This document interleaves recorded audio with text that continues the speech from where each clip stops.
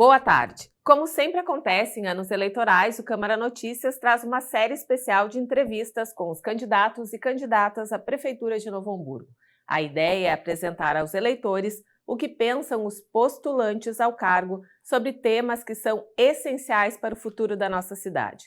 As perguntas formuladas são as mesmas para todas as candidaturas, exceto a última, que trará um assunto específico sobre a trajetória ou assunto já mencionado pelo político em entrevistas ou debates. Neste programa, recebemos em nosso estúdio o candidato da Federação Brasil da Esperança, integrada pelo PT, PCdoB e PV, Fulfo Azevedo, que foi vereador entre 2013 e 2016 na 16ª legislatura. Olá, candidato, seja bem-vindo. Tens 2 minutos para a apresentação da sua candidatura. Muito bom dia, obrigado pela possibilidade aqui de a gente fazer essa entrevista, cumprimentar toda a comunidade de Novo Hamburgo que nos assiste. Eu sou Fulfo Azevedo, tenho 44 anos, sou formado em gestão pública, formado em marketing e estou tentando no último período ser estudante de direito, mas nesse ano está um pouco difícil.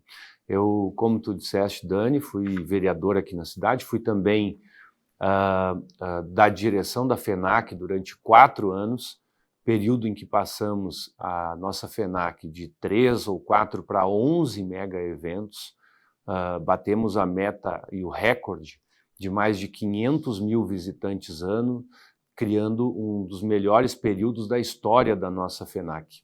Quando fui vereador aqui nessa casa, também tive o prazer de ser, por quase 3 anos, secretário-geral de governo da nossa cidade, quando entregamos aqui 11 escolas de educação infantil, quando fizemos a revitalização do Parcão, trouxemos o curso de medicina para Novo Hamburgo, para a nossa Fevale, ampliamos em 12 milhões ano o recurso, o convênio com o nosso Hospital Regina para o tratamento da oncologia e pediatria e diversas outras coisas. Então tem uma história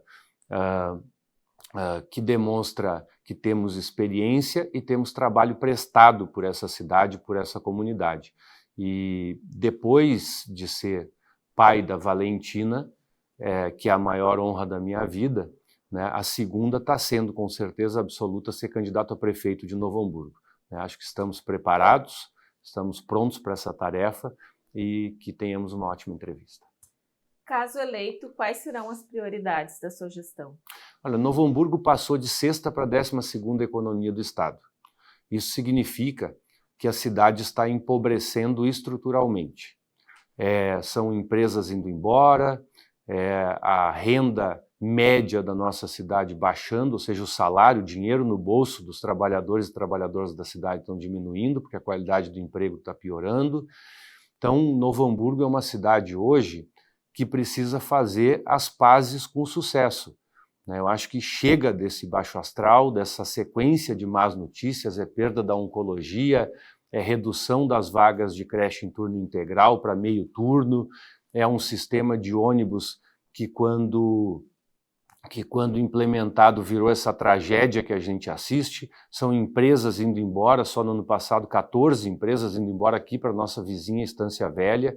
Eu acho que nós precisamos encerrar com esse ciclo de má notícias e, para isso, o que nós pretendemos fazer?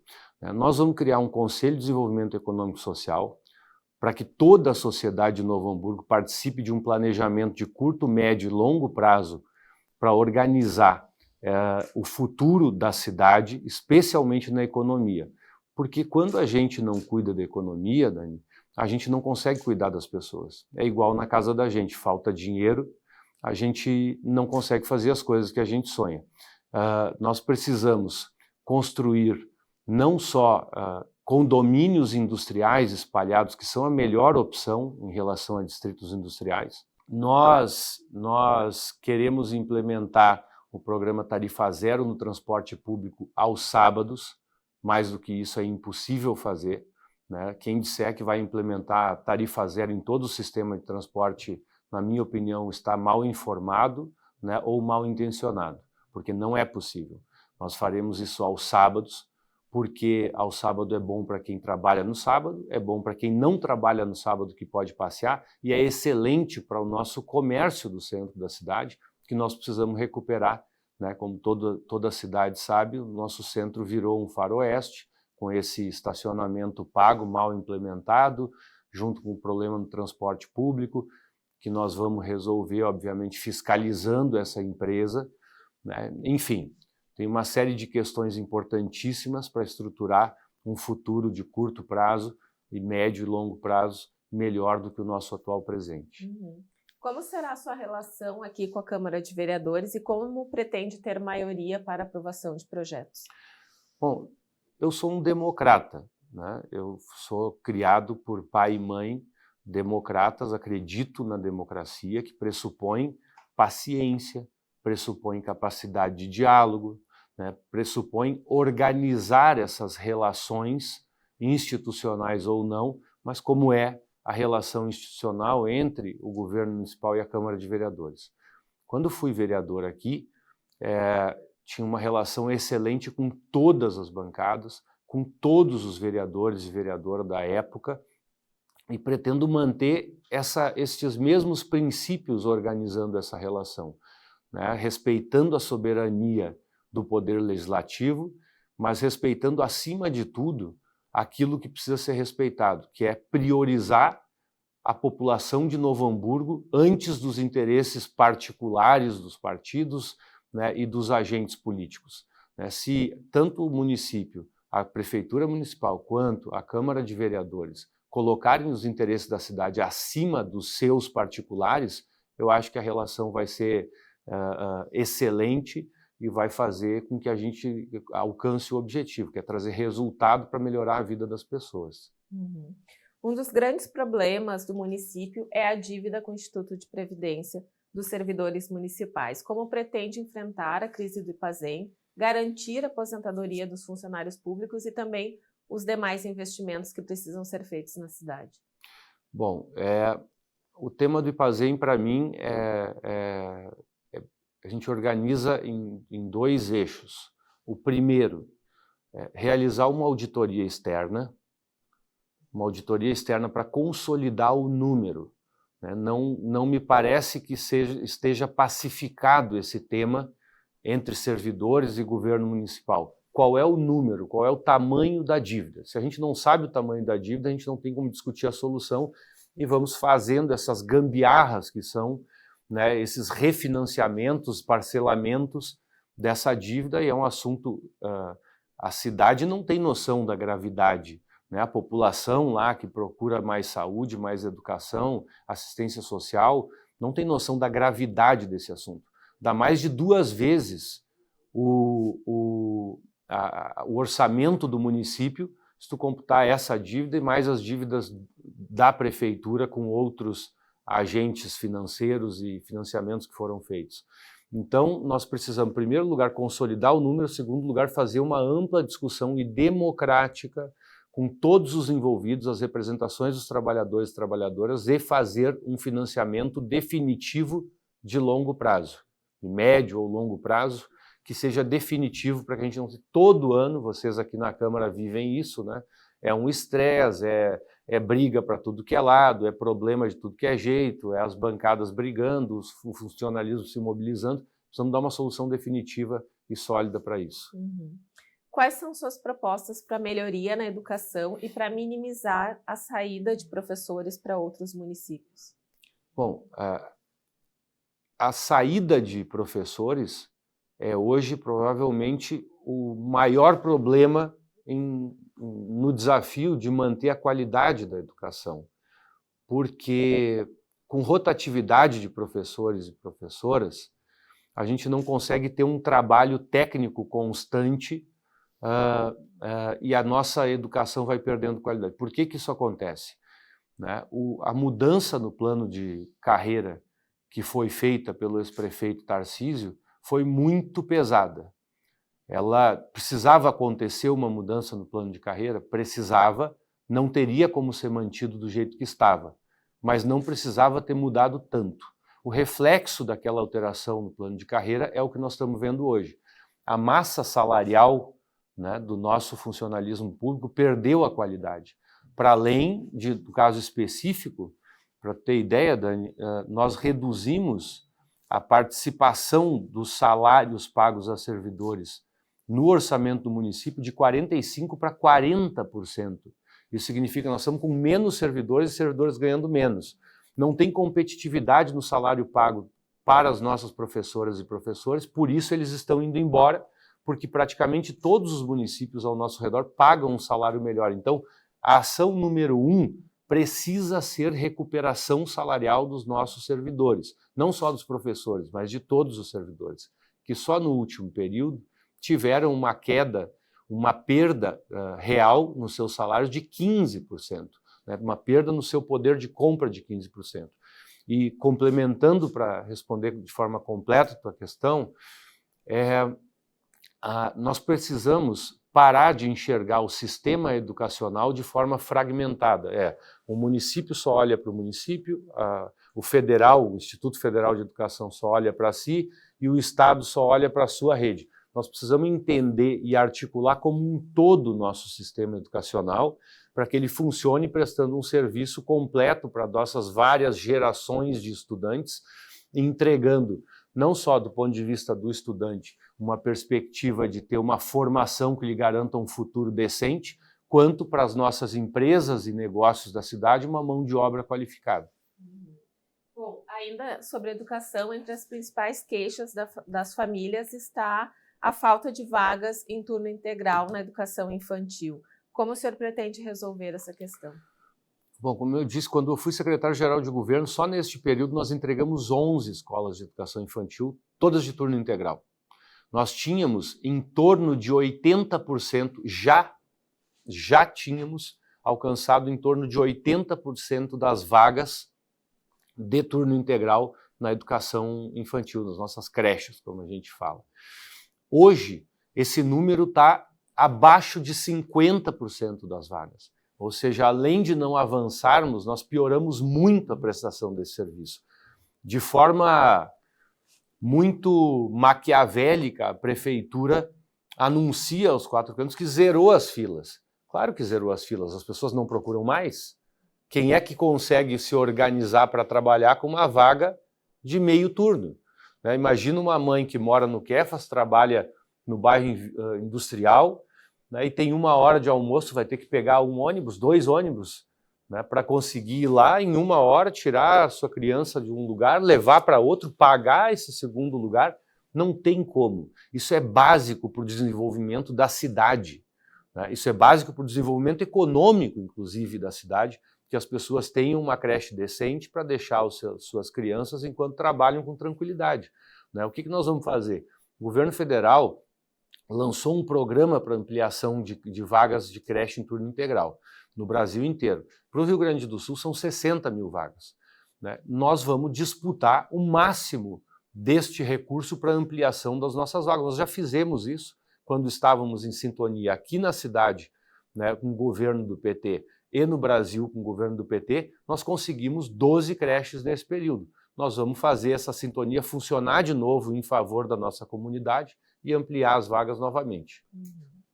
Bom, dentre as tarefas que provavelmente ficará para a próxima gestão está a revisão do plano diretor, que ainda não veio para esta casa. Quais são as suas prioridades para a ocupação e desenvolvimento territorial da nossa cidade?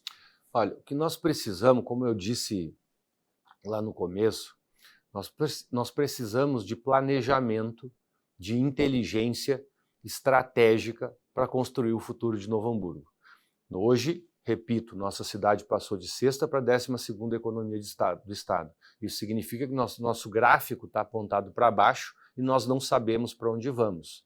Então, a primeira coisa que nós vamos fazer é construir o Conselho do Futuro no dia 7 de outubro, um dia depois da eleição.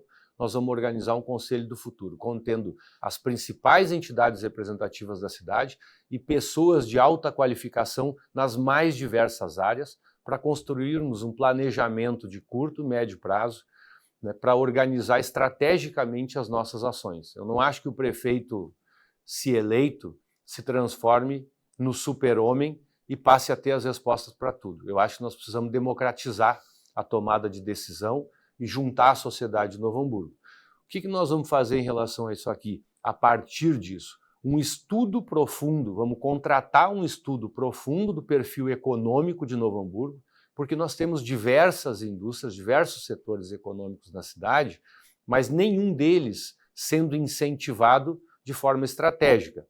Nós precisamos saber quais são, se é a indústria química, metalmecânica, a indústria criativa de cultura, a indústria moveleira, para além, obviamente, da nossa importantíssima ainda indústria coreiro-calçadista. A partir disso, nós vamos entender como é que nós vamos organizar os condomínios industriais, porque distrito industrial, que é uma pauta, talvez tu lembre de uma pauta minha aqui desde 2012, desde a minha campanha eleitoral, durante o meu mandato, que eu defendia, hoje em dia tu não tem mais áreas para fazer distritos industriais. A área que tem, que é a área pública, lá na Boa Saúde, é uma área muito íngreme. Custa uma fortuna de dinheiro fazer infraestrutura e a prefeitura não tem esse dinheiro. Então nós precisamos pensar na articulação de condomínios industriais, usando esses prédios abandonados, que estão desocupados, espalhados pela cidade inteira, fazendo um zoneamento estratégico e decidindo estrategicamente quais são os setores que nós vamos incentivar para colocar lá dentro. Então, é bem complexo responder essa pergunta de fato, porque depende de várias etapas de um processo de planejamento, de construção e definição de estratégias para que a gente não erre de novo. Nós não temos o direito de errar nos próximos 4 anos. Bom, ainda relacionado ao plano diretor, como será a sua política de preservação ambiental? Bom, primeiro é importante registrar que até pouquíssimo tempo atrás, quem falava em preservação ambiental era hostilizado na política, né? Pela extrema-direita especialmente. Era tratado como bicho grilo, ecochato, e nós estamos vendo que tudo que os cientistas que estudam esse tema vinham dizendo há tempo, infelizmente, está se confirmando. Nossa cidade sofreu a pior catástrofe da sua história, agora recentemente, e nós não podemos brincar com esse assunto. Também sabemos, porque os cientistas nos dizem isso, os estudiosos nos dizem isso, não adianta Novo Hamburgo olhar para si de forma individual, em que pese tenham ações que precisam ser feitas em Novo Hamburgo, e já vou falar delas. Mas Novo Hamburgo precisa, como a maior cidade da região, liderar e recuperar a sua proeminência política e liderar esse processo de proteção em relação às enchentes, por exemplo, né, juntando toda a região e articulando ações com todos os outros municípios. O presidente Lula anunciou, eu tive 4 vezes no Ministério da Reconstrução, mesmo sem ser vereador, sem ser o prefeito da cidade, acho que a prefeita da cidade não foi nenhuma vez, né, pelo que me consta, né, eu tive 4 vezes no Ministério da Reconstrução, conversando com o ministro Pimenta e defendendo as pautas do nosso município. São 174 milhões de reais já garantidos no orçamento da União para obras de enfrentamento às enchentes em Novo Hamburgo.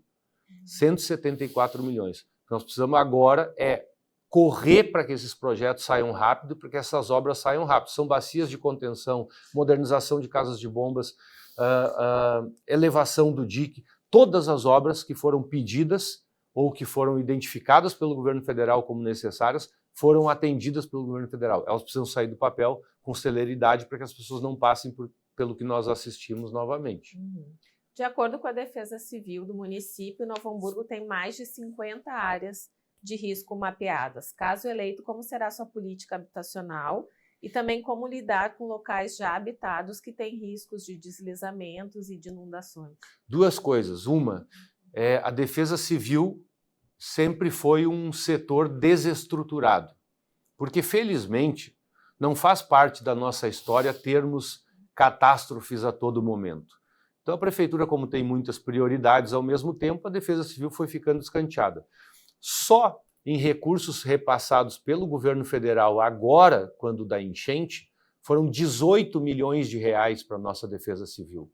Nós precisamos elevar o status da Defesa Civil de importância, em sintonia com a questão ambiental, para que a Defesa Civil tenha capacidade de fazer trabalhos mais sólidos, mais potentes junto a essas comunidades, nessas mais de 50 áreas de risco identificadas na cidade. Eu acho que educação ambiental, educação com relação aos riscos é importante, mas efetivamente o que nós precisamos é usar a nossa relação com o governo federal, né? Eu tenho visto todas as campanhas falam buscar recursos no governo federal, porque todo mundo sabe que o único lugar onde tem efetivamente recursos para buscar é o governo federal, né? Por isso, nós que somos a campanha apoiada pelo presidente Lula, temos obviamente orgulho de dizer que temos as portas mais abertas do governo federal para buscar esses recursos. E aí nós estamos falando essencialmente de Minha Casa Minha Vida, né? Nós fizemos, quando governamos a cidade, se não me engano, 1.700 casas do Minha Casa Minha Vida, e em São Leopoldo, que já tem mais governos, né, do nosso partido, são mais de 10 mil casas. Ou seja, tem muita margem para crescer. Para tirar essas pessoas das zonas de risco, nós precisamos do Minha Casa Minha Vida, precisamos de mais projetos de Minha Casa Minha Vida e tirar essas pessoas da beira da água, em alguns casos, da beira do barranco, em outros casos, e aí, obviamente, garantir que depois a área não seja invadida de novo, né? Novo Hamburgo não pode ser a casa da mãe Joana e está tendo invasão a todo tempo, em tudo que é área, precisamos de segurança também nesse sentido. Desde o ano passado, quando ocorreu o ciclone extratropical, há um impasse entre as prefeituras de Novo Hamburgo e São Leopoldo em relação às obras do DIC na Santo Afonso. Como o senhor pretende resolver essa questão e a conclusão da Casa de Bombas da Vila Kipling, em Canudos, que começou em 2013 e até hoje não foi entregue à população? Em primeiro lugar, eu acompanhei e trabalhei para ajudar nesse problema que houve entre Novo Hamburgo e São Leopoldo. Eu tenho amigos, muitos amigos em todos os partidos políticos aqui da cidade e sou, obviamente, amigo desde que nasci do prefeito Vanazzi em São Leopoldo, por assim dizer, tentei ajudar. Eu agradeço, em primeiro lugar, a coragem do Vanazzi de fazer o que fez. Porque se ele não faz o que ele fez, a população da Santo Afonso ia ficar mais um mês embaixo d'água. Em primeiro lugar, isso. Segundo lugar, né, eu quero condenar a inanição absoluta do nosso governo municipal e a irresponsabilidade desse governo com as pessoas que moram na Santo Afonso, né? Devia ser passível de criminalização, a postura que a Prefeitura de Novo Hamburgo teve.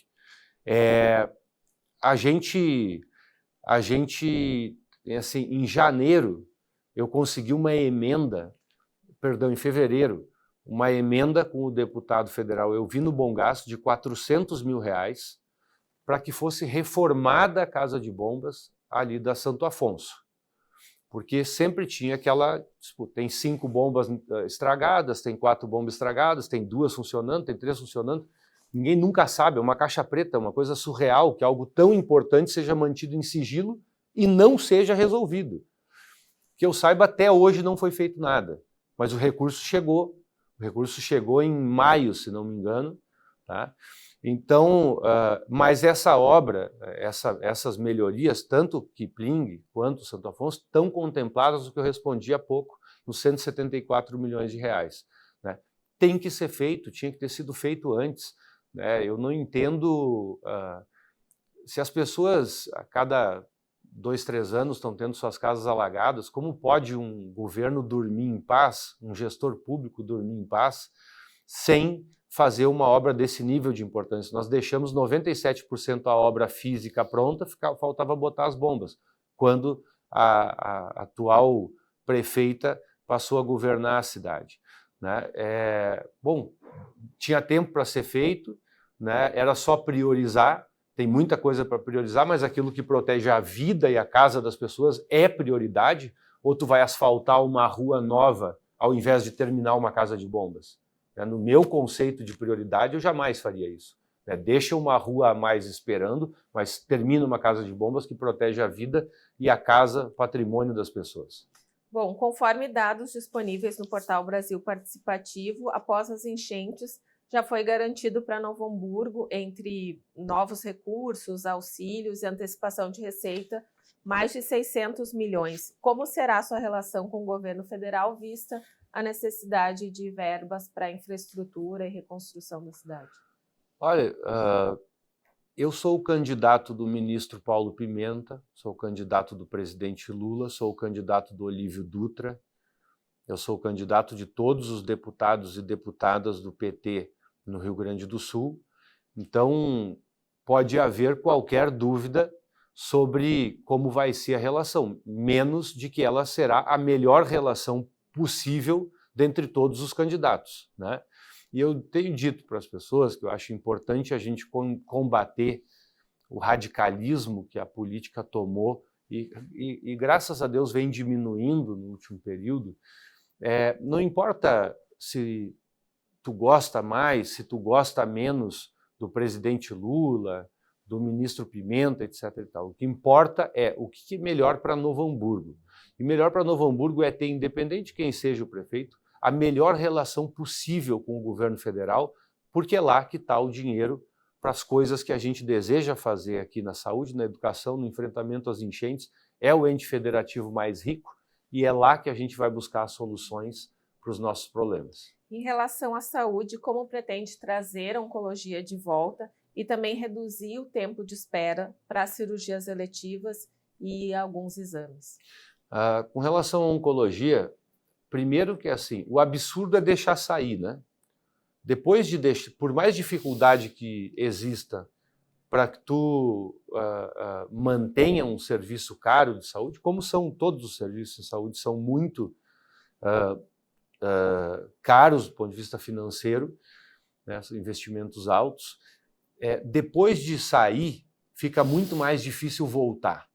Então, era melhor ter feito um esforço maior para não deixar sair do que agora a gente precisar fazer voltar. Nós precisamos chamar o governo do estado e o governo federal para a mesa e vamos contar, tenho certeza, com o apoio e a força do governo federal para isso, né, para duas coisas. Se não tiver imediatamente a possibilidade de trazer de volta para Novo Hamburgo, de imediato, que a gente consiga pelo menos trazer para São Leopoldo, que tem um excelente centro oncológico ali no complexo do Hospital Centenário. É muito mais perto e a estrutura é incomparável. É uma estrutura de Unimed, o que tem ali para oferecer. Ao contrário do que nós estamos vendo lá em Taquara, as pessoas parece que estão esperando numa parada de ônibus para fazer tratamento para o câncer. Então, a primeira coisa é juntar todo mundo, usar a força do governo federal e conversar, né, com inteligência, mas fazer pressão política com inteligência no governo do estado, mas entender como é que a gente faz isso. Primeiro traz para perto ou se a gente consegue trazer direto para Novo Hamburgo de volta, ao custo que for.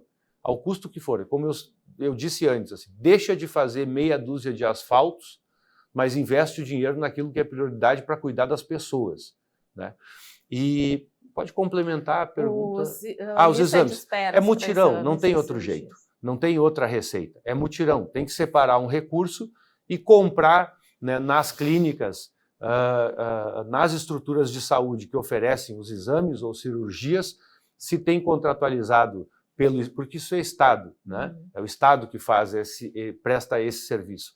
Se tem lá 200 por mês, 300 por mês, 500 por mês, a prefeitura precisa separar um dinheiro no caixa e lá comprar mais 500 cirurgias, mais 500 exames ou 1000 exames e fazer um mutirão. Não tem outro jeito de resolver essa imensa fila, esse atraso gigantesco que nós temos hoje.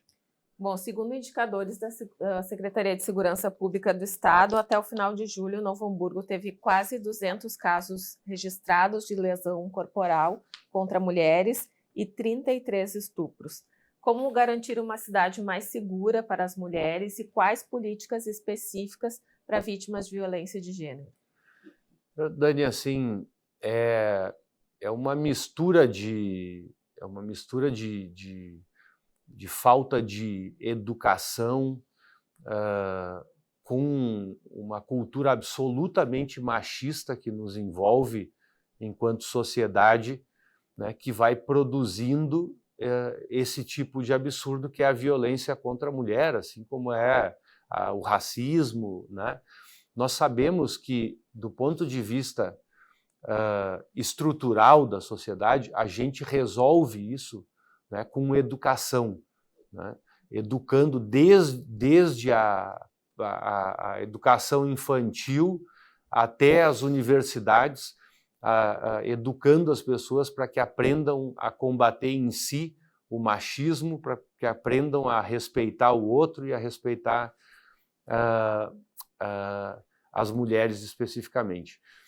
Em termos de políticas públicas, o que acontece aqui como é incrível, assim, parece que a gente está pegando no pé, mas não é, sabe? Tem uma coordenadoria pro forma, não tem política pública. Não adianta ter coordenadoria e não ter políticas, né? Tu tem conselho, tu tem a coordenadoria e tu tem a articulação possível dentro de toda a prefeitura, porque tu trabalha essa prevenção e essa educação lá na educação, na saúde, na assistência social, na PGM, em toda a estrutura da máquina pública. Então, o que nós vamos fazer, efetivamente? Nós vamos criar uma coordenadoria que funcione, alinhada com as políticas nacionais, para poder buscar os recursos que estão disponíveis para campanhas, para educação, enfim, para diversas coisas.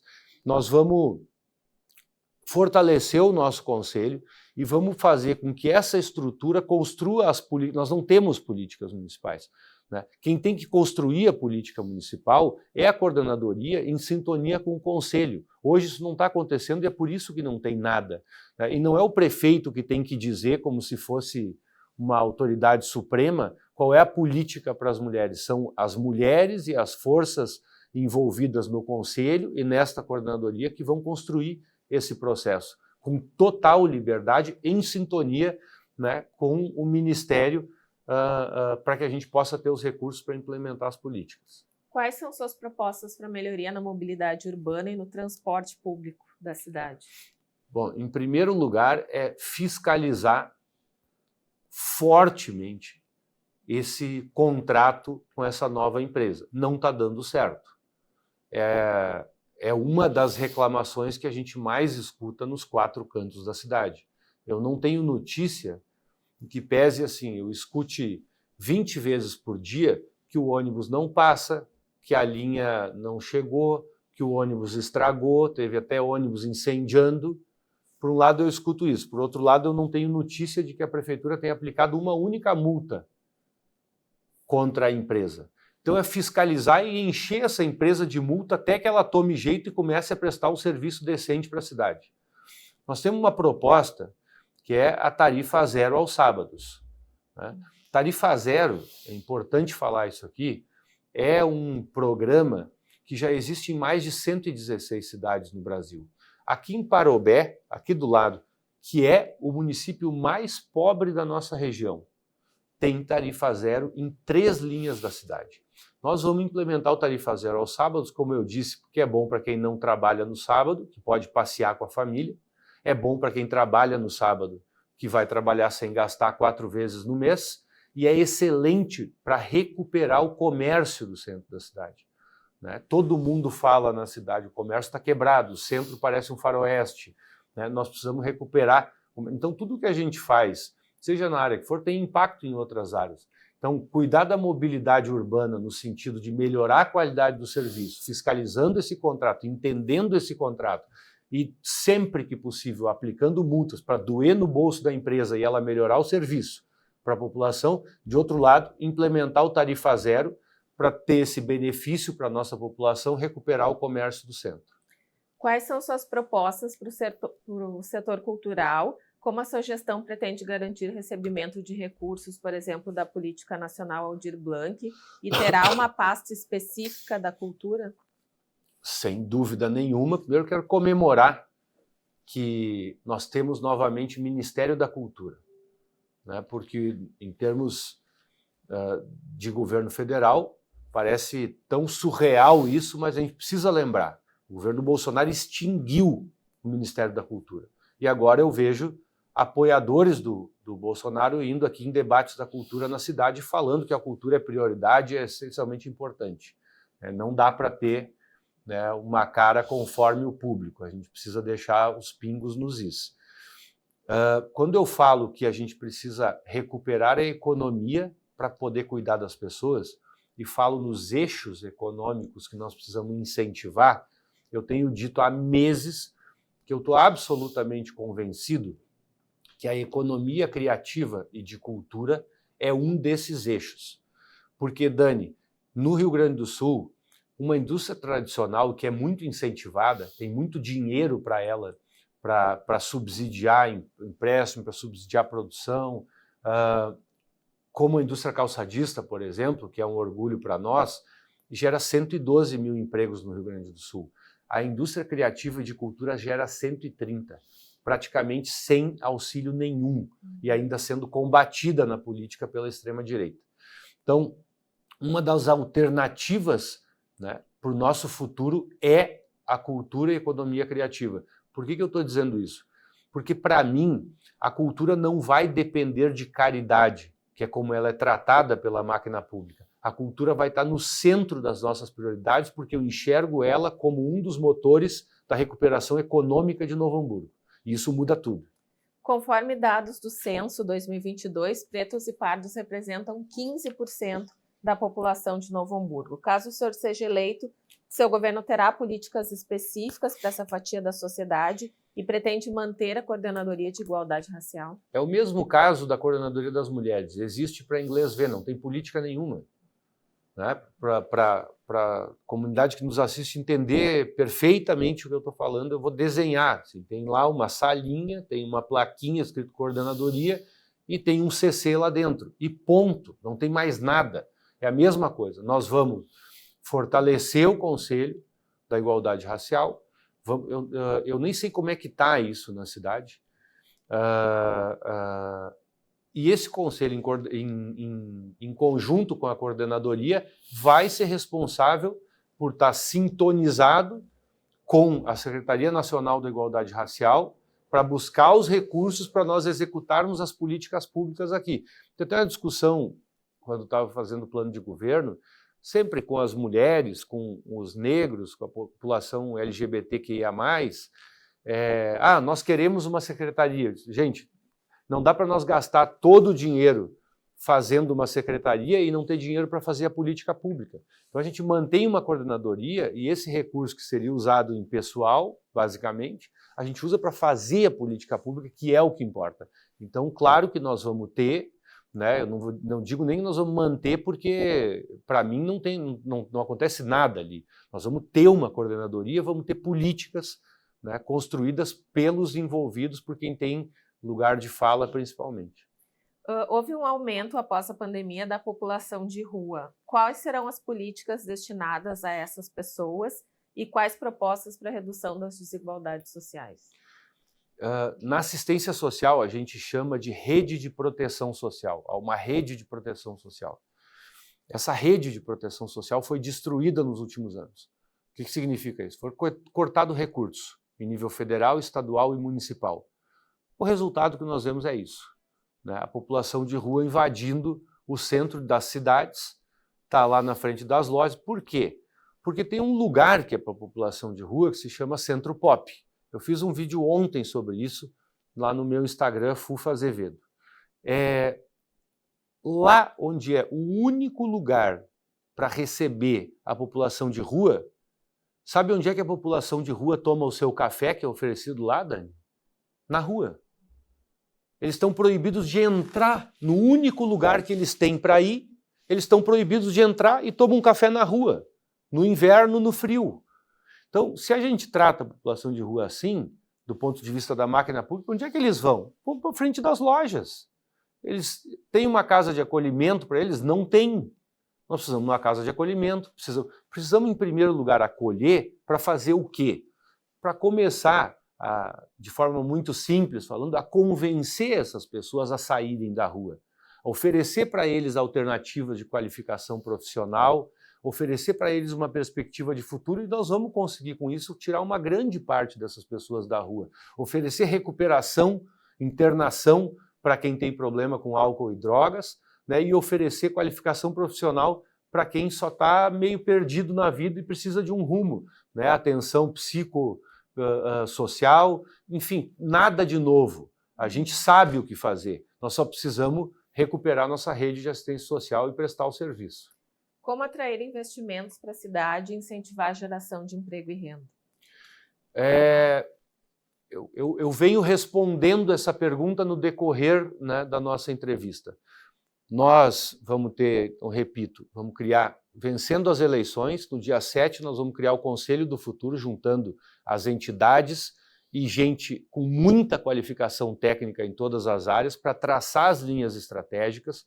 Esse Conselho do Futuro, antes de assumirmos a prefeitura, é a base para o Conselho de Desenvolvimento Econômico, Social e Tecnológico, que nós vamos instituir, que é um sonho antigo meu também, que vai ser responsável por tomar as decisões estratégicas da cidade. Nós vamos ter uma Secretaria de Desenvolvimento Econômico, primeiro presente, que a atual secretária pegou até um apelido de parece que vi, de tantas férias que tirou no período em que está na secretaria. Tem que ser alguém presente, tem que ser alguém qualificado e tem que ser alguém que saiba fazer busca ativa. Se toda hora tem uma cidade buscando empresa aqui em Novo Hamburgo para levar para a sua cidade, porque é raios que nós não temos gente nossa buscando empresa em tudo quanto é lugar para trazer para cá.